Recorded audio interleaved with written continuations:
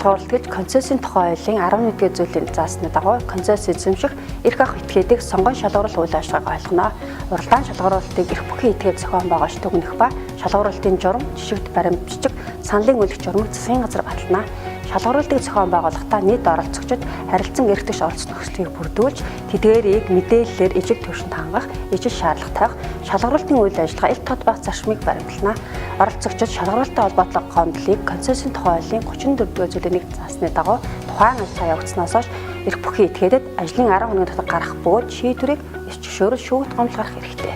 Гэрээний талуудын хооронд үүссэн аливаа маргааныг гэрээгээ тохиролцсон аргаар шийдвэрлэх бол концесс эзэмшигч, өөрийн хувьцаа эзэмшигч, концессыг санхүүжүүлэгч болон үйл ажиллагааны хувьд хамтран ажиллаж байгаа бусад этгээдүүдийн хооронд үүссэн маргааныг гэрээгээ тохиролцсон аргаар шийдвэрлэж болно.